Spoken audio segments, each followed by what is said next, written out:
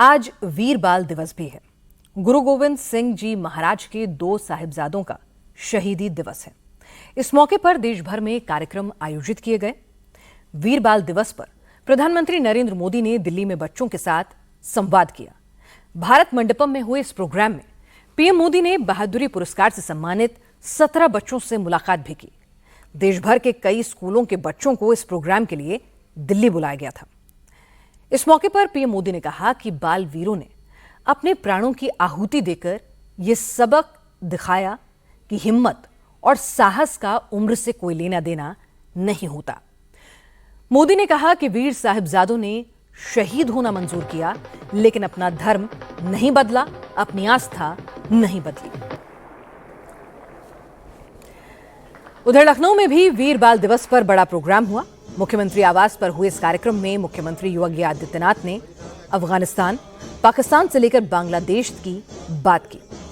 हिंदू और सिख धर्म के साझा इतिहास के बारे में बताया और उन लोगों से सावधान रहने की अपील की जो हिंदुओं और सिखों के बीच दरार पैदा करना चाहते हैं।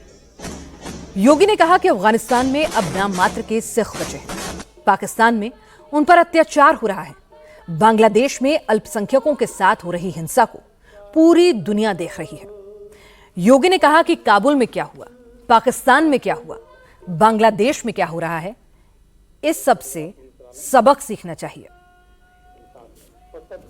एक और यह गौरवशाली इतिहास और दूसरी तरफ हमारे सामने वो दृश्य देखने को मिलते हैं जब हम लोग ये सुनते हैं कि काबुल में अब नाम मात्र के ही 2, 4, 10 परिवार सिखों के बच गए। जब हम बांग्लादेश की घटना का उल्लेख सुनते हैं, जब हम लोग पाकिस्तान के अंदर होने वाले अत्याचारों के बारे में सुनते हैं, तब हमें सिख गुरुओं के उस त्याग और उस बलिदान का स्मरण बरबस हो जाता है। और इसीलिए आज के उस अवसर पर मैं आप सबसे भी यही अपील करने के लिए आया हूं। मैं आप सबसे यही अपील करूंगा और मेरा विनम्र अनुरोध होगा किससे बढ़कर के हिंदुस्तान के लिए, हिंदू हो या सिख के, इन सब के लिए दूसरी प्रेरणा गुरु नानक देव जी से लेकर के गुरु गोविंद सिंह जी महाराज तक जो आदर्श इन सिख गुरुओं ने हम सब के लिए रखा है, वही हम सबको आगे बढ़ने के लिए एक नई ऊर्जा देगा। उन्हीं का आशीर्वाद हम सबकी प्रेरणा है